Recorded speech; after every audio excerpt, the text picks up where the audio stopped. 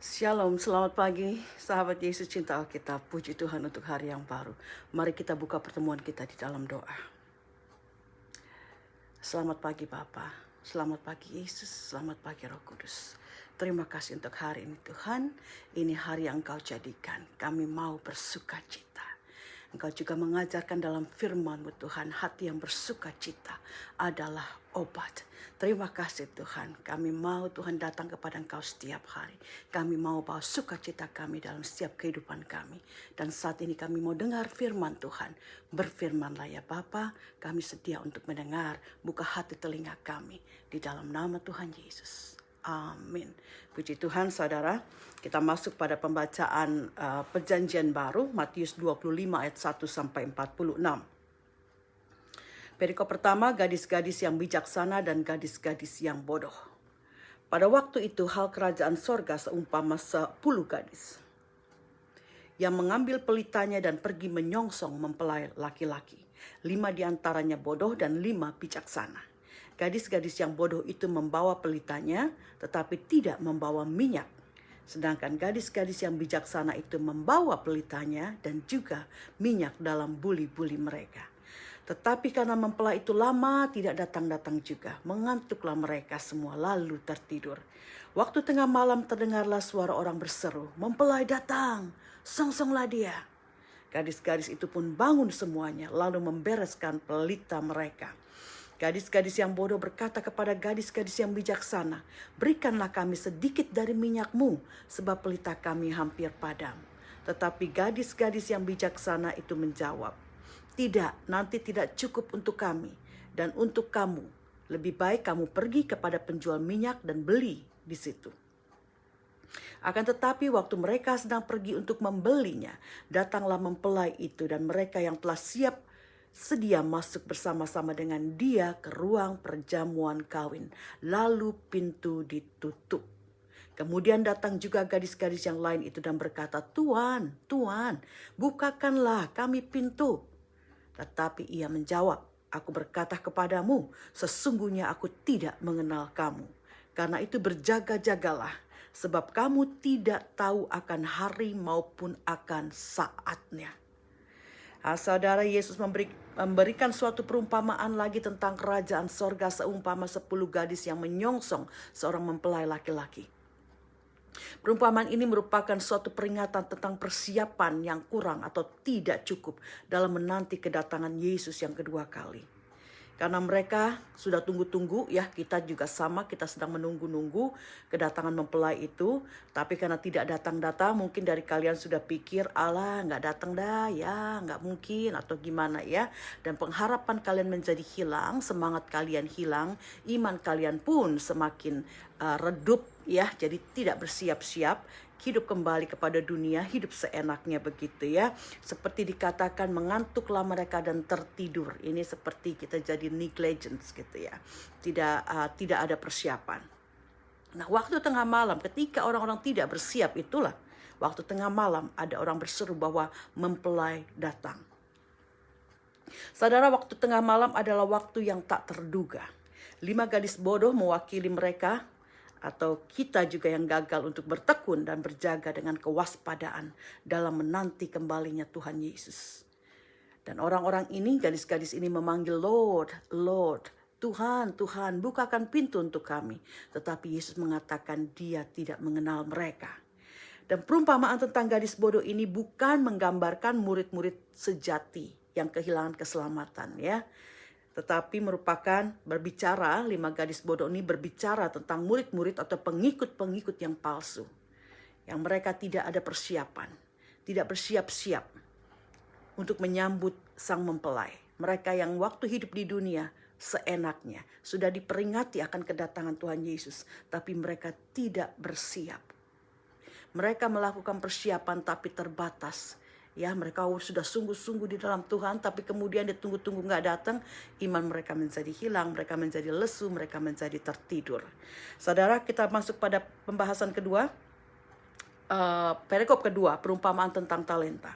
Sebab hal kerajaan sorga sama seperti seorang yang mau bepergian ke luar negeri, yang memanggil hamba-hambanya dan mempercayakan hartanya kepada mereka. Yang seorang diberikannya 5 talenta dan seorang lagi 2 dan yang seorang lagi 1, masing-masing menurut kesanggupannya, lalu ia berangkat. Segera pergilah hamba yang menerima talenta itu, 5 talenta itu. Ia menjalankan uang itu lalu beroleh laba 5 talenta.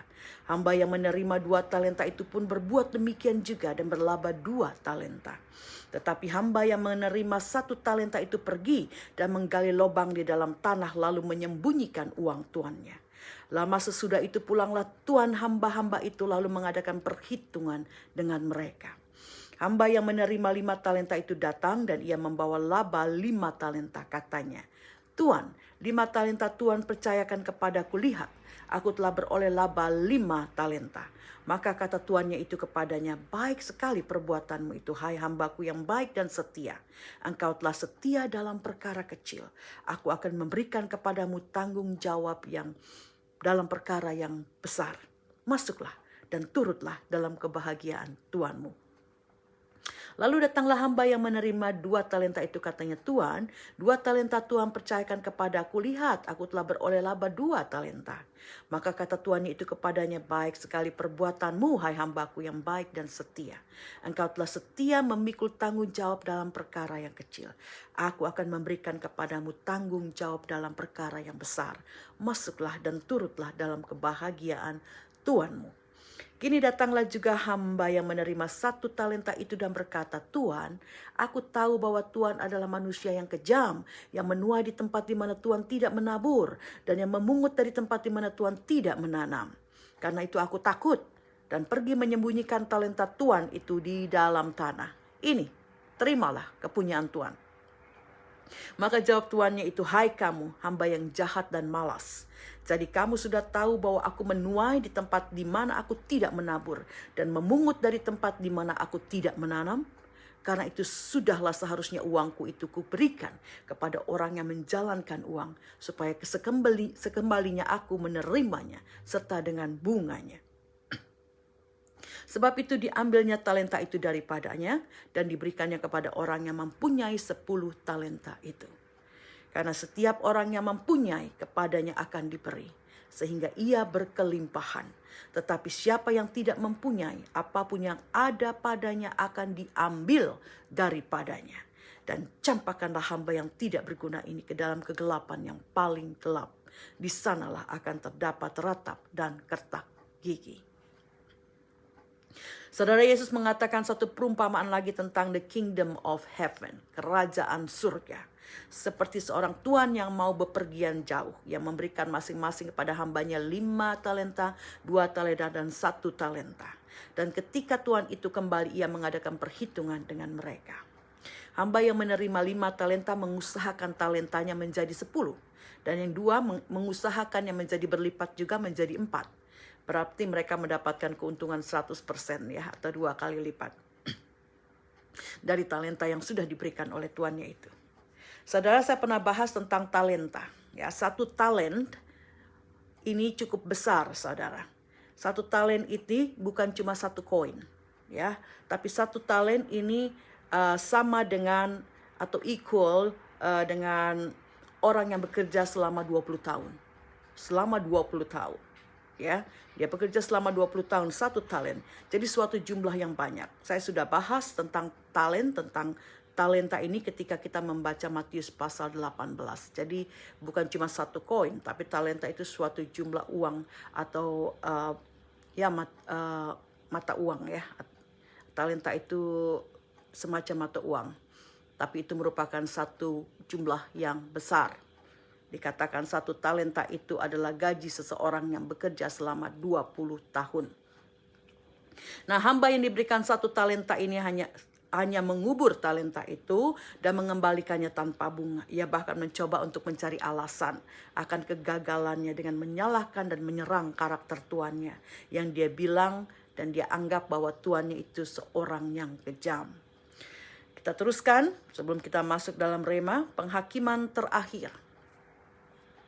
Apabila Anak Manusia datang dalam kemuliaannya dan semua malaikat bersama-sama dengan dia, maka ia akan bersemayam di atas tahta kemuliaannya. Lalu semua bangsa akan dikumpulkan di hadapannya, dan ia akan memisahkan mereka seorang daripada seorang, sama seperti gembala memisahkan domba dari kambing. Dan ia akan menempatkan domba-domba di sebelah kanannya, dan kambing-kambing di sebelah kirinya.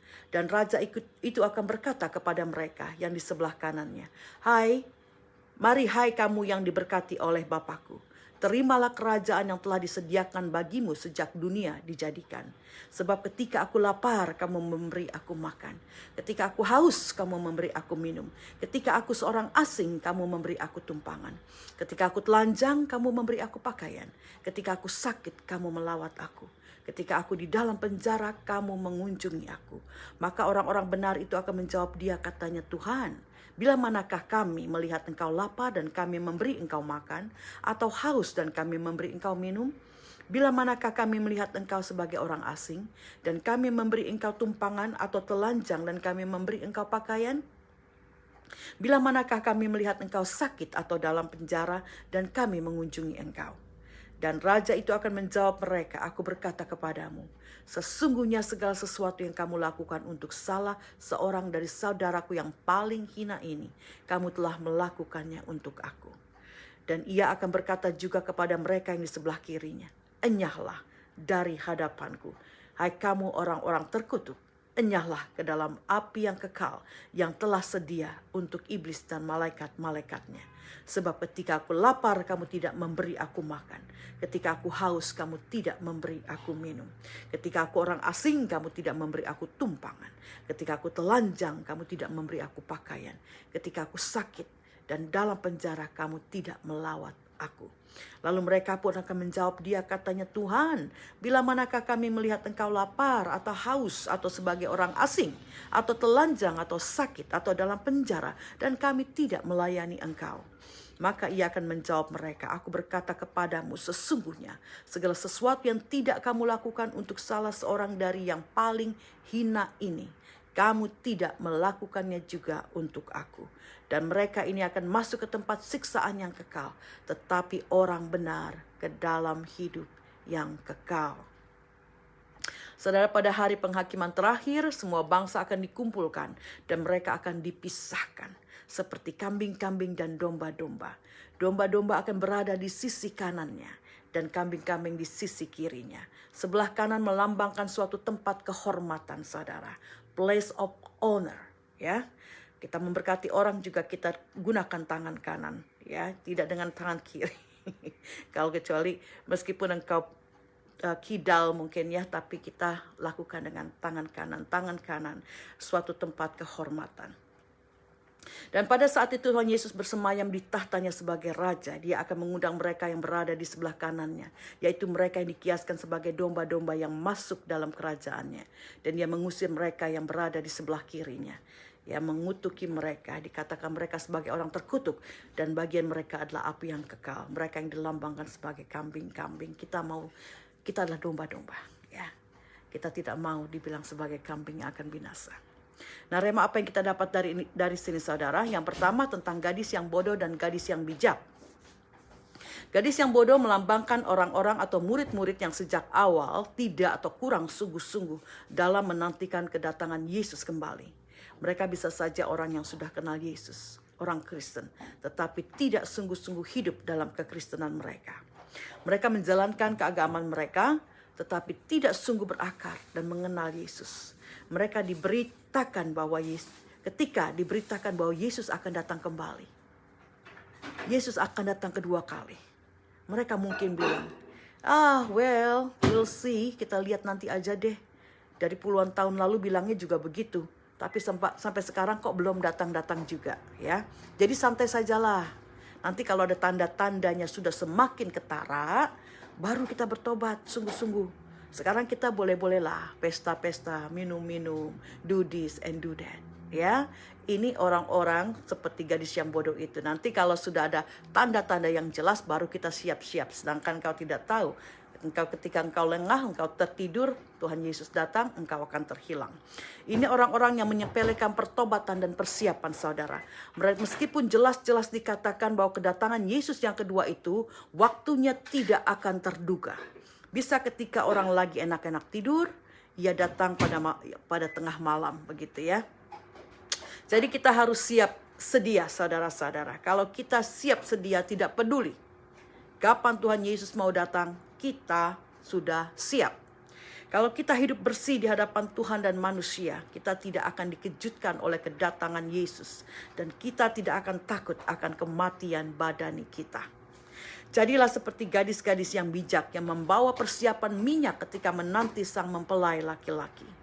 Oil atau minyak yang gadis-gadis bijak ini bawa merupakan suatu simbol dari kesiapan, dari kerohanian mereka yang selalu tune in. Ya, tune into Jesus. Selalu siap mendengarkan tentang Yesus.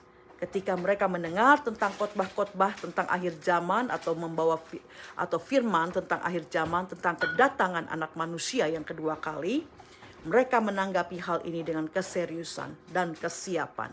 Ini gadis-gadis yang bijak. Keseriusan dan kesiapan itu bisa terlihat dari hidup yang lekat dan dekat dengan Allah. Memberikan waktu yang lebih banyak untuk berfellowship, bersekutu dengan Allah melalui jam-jam doa, pembacaan firman, pujian dan penyembahan. Hidupnya lebih simple ya.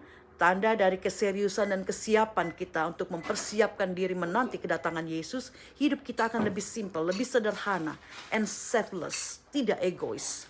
Kita akan berfokus lebih kepada orang lain daripada kepada diri kita sendiri.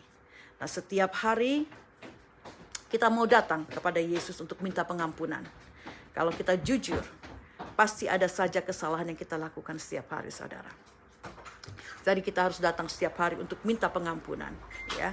Selalu minta Roh Kudus untuk menyertai kita dan melakukan apa yang berkenan di mata Allah. Saya sudah coba bangun agak siangan, kalau pagi mungkin mengganggu mereka anak-anak kos yang masih tidur.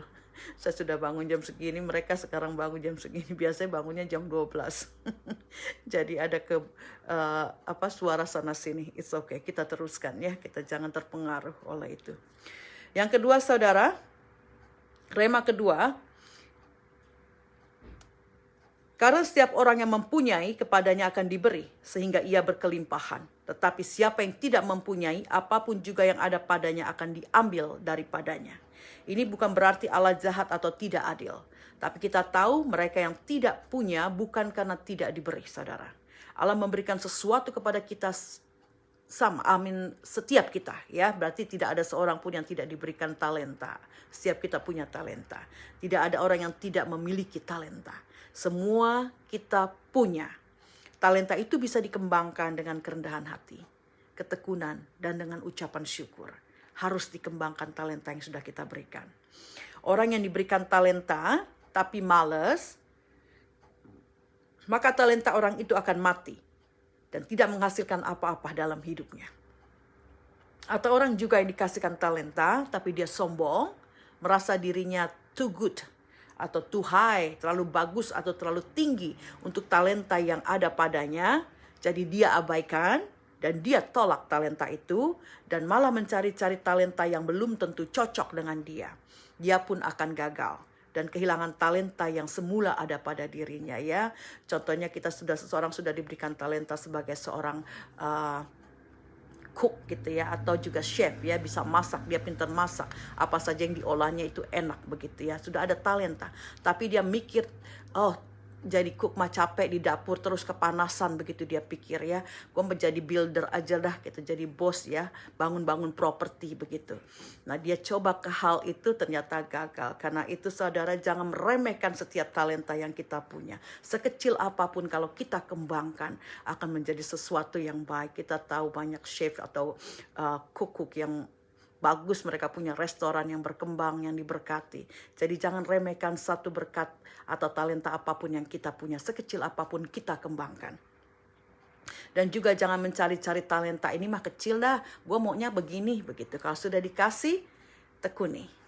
Jadi jangan salahkan kalau orang-orang yang males atau sombong dan punya gengsi yang tinggi atau gengsi yang gede itu hidupnya akan tidak berkembang dan tidak diberkati, ya, karena talenta yang dia terima tidak dia kembangkan karena males, karena sombong, karena terlalu gengsi dengan talenta yang sudah dia miliki tidak dia kembangkan, jadi berkat pun akan tidak ada pada dia. Maka jadilah kita ini semua seperti hamba-hamba yang taat.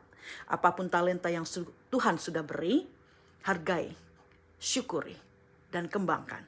Kalau kita setia mengerjakan setiap talenta yang sudah diberikan kepada kita, saya percaya bukan cuma berhasil dalam pekerjaan dan karir kita, tapi kita juga akan melakukannya dengan sukacita dan dengan damai sejahtera. Seperti contoh tadi, kalau engkau tahu bahwa talentamu ada di kitchen, di dapur untuk masak, menjadi cook atau menjadi chef begitu, dan engkau lakukan dengan setia, bukan cuma kita akan berhasil dalam karir itu, ya, kalian berhasil dalam pekerjaan itu, tapi juga ketika engkau melakukannya ada sukacita, ada damai sejahtera, engkau menikmati pekerjaan itu.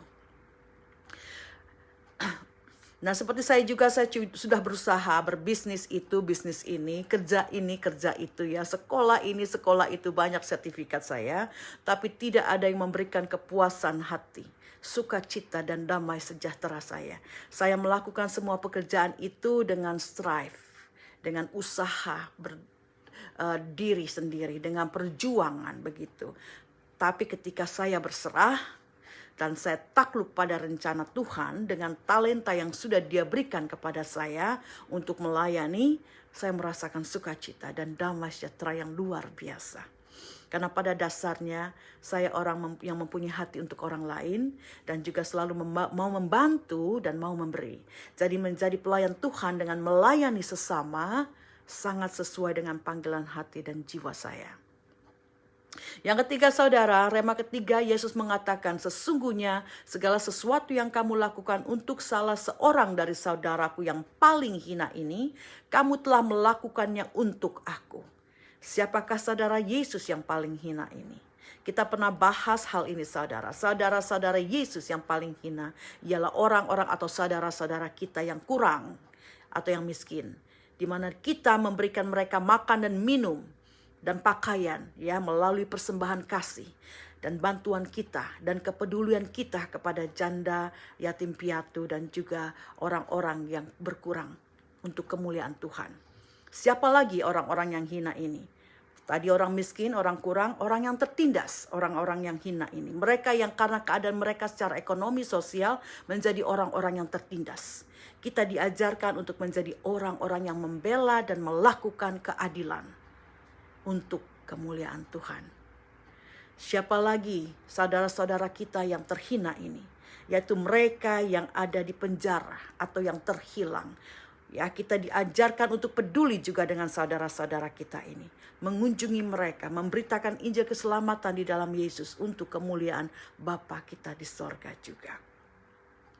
Jadi saudara-saudara kita bukan cuma para hamba-hamba Tuhan, ya, bukan cuma orang-orang dekat kita, tapi mereka yang dihina, dinista, dianiaya karena Injil Kristus. Itu juga saudara-saudara kita. Para hamba Tuhan yang melayani jauh, ya, ke pelosok ataupun menanggung segala penderitaan. Nah, Tuhan Yesus katakan terima mereka sebagai saudaramu. Jadi ketika engkau buka rumah adat penginjil atau seseorang yang Tuhan pakai, kita harus mempunyai hati yang terbuka, ya, memberi mereka makan mungkin atau memberi tempat tinggal kepada mereka ketika mereka sedang mengunjungi suatu daerah dan engkau kebetulan ada di situ atau tinggal di situ. Ya, jadi saudara-saudara kita adalah setiap orang yang kita temui, terutama mereka-mereka yang tertindas, yang terlupakan, yang miskin, atau mereka juga yang di dalam penjara yang terikat, saudara. Jadi sesuai dengan konteks dalam bacaan di atas, saudara-saudara yang Tuhan Yesus maksud adalah para murid-muridnya juga, ya. Jadi Tuhan Yesus waktu itu berbicara kepada mereka. Jadi terima juga para muridnya waktu itu, kemanapun mereka pergi, engkau beri tumpangan, beri makan, beri pakaian kepada mereka. Nah, itu dengan konteks yang ada pada pembacaan. Tapi dengan saat ini kita berbicara, saudara adalah setiap orang yang kita temui. Jadi saudara, mari kita ingat, mengasihi Allah itu harus kita buktikan dengan kasih kita kepada sesama kita. Kalau engkau bilang engkau orang Kristen, engkau mengasihi Yesus, tetapi engkau masih berselisih dengan keluargamu, temanmu, atau orang lain, bagaimana? Kalau engkau masih pelit, sukar memberi kepada orang-orang yang membutuhkan, engkau tanyakan sendiri. Engkau belum bisa mengampuni orang yang bersalah kepadamu, apakah engkau sudah mengasihi Yesus? Tanyakan sendiri. Engkau masih bertengkar dengan doktrin-doktrin keagamaan dan bukannya takluk dan berserah pada firman Tuhan dan melakukannya. Apakah kita sudah menjadi pengikut Yesus? Kalau kita masih melakukan hal-hal di atas dan masih banyak hal lain yang tidak baik yang kita lakukan, tanyakan pada diri kita sendiri. Sudahkah kita sungguh-sungguh menjadi murid Yesus yang sejati? Nah, ini PR buat kita semua. Apakah kita sudah menjadi murid Yesus yang sejati? Tanyakan pada dirimu. Ya, adakan renungan sendiri. Kita mau hidup kita lebih dekat kepada Tuhan. Kita ada personal connection, personal relationship dengan Yesus. Saudara, waktunya semakin dekat. Jangan engkau main-main dengan hidup ini. Jangan lagi berleha-leha, saudara. Pergunakan waktumu untuk lebih dekat kepada Allah. Banyak yang akan kau dapat, saudara. Banyak yang kau dapat. Ya, bukan saja ada damai sejahtera, ada sukacita, tapi pengharapanmu penuh di dalam Dia. Dan Tuhan akan bukakan pintu-pintu berkat-Nya. Dia, seperti juga kita lihat dengan Henokh, dia bergaul akrab dengan Tuhan. Apa yang terjadi? Dia diangkat ke surga hidup-hidup. Jadi banyak sekali manfaat jasmani, rohani, emosional kalau kita dekat bergaul dengan Allah. Amin. Kita baca lagi 2 Tawarik 7 ayat 14. Dan umatku yang atas namanya namaku disebut merendahkan diri, berdoa dan mencari wajahku, lalu berbalik dari jalan-jalannya yang jahat, maka aku akan mendengar dari sorga dan mengampuni dosa mereka, serta memulihkan negeri mereka.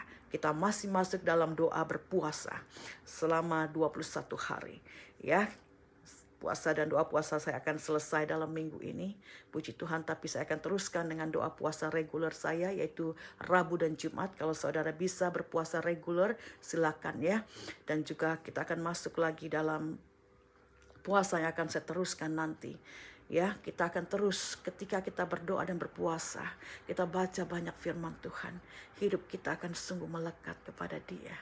Mari kita berdoa, saudara. Bapa, terima kasih untuk firman-Mu. Kami mau menjadi murid-murid Engkau yang sejati, Yesus. Engkau sudah katakan kami adalah anak-anak Allah. Biar kami tidak melupakan jati diri kami sebagai anak-anak Allah. Sebagai murid-murid Yesus. Bukan hanya kami menerima sebagai anak dan keselamatan itu menjadi milik kami sendiri.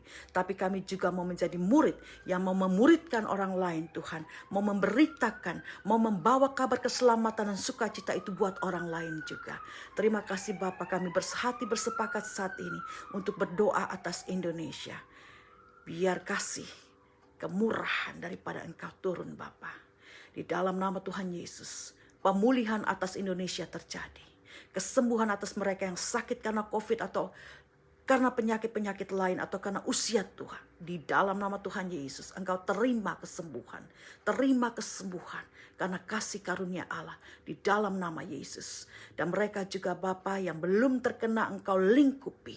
Ada proteksi dari Roh Kudus. Terima kasih, terima roh Allah. Ketika engkau memiliki roh Allah di dalam hidupmu, Ia akan memberikan proteksi dalam hidupmu. Ia akan memberikan jalan keluar bagi permasalahanmu. Ia akan memberkatimu. Terima kasih Bapa, kami percaya COVID akan selesai. Sehingga kami bebas Tuhan untuk melakukan ibadah kami. Dan juga kami Tuhan biar semakin dekat kepada Engkau mengingat hal ini Bapa. Di dalam saat-saat yang kelam ini Tuhan menyertai. Terima kasih Bapa, proteksi atas Indonesia dan juga Australia dan negara-negara di dunia yang masih bergumul dengan COVID. Kami Tuhan yang mau membawa hati kami, doa kami Tuhan. Berdoa dengan sungguh untuk setiap bangsa-bangsa. Biar kami Tuhan boleh setia dan taat. Terima kasih Bapa, terima kasih, kami percaya Roh-Mu tercurah. Urapan-Mu tercurah, pemulihan terjadi, kesembuhan terjadi. Di dalam nama Tuhan Yesus yang kami sembah. Thank you Lord. Thank you. Amen. Puji Tuhan. Tuhan Yesus memberkati.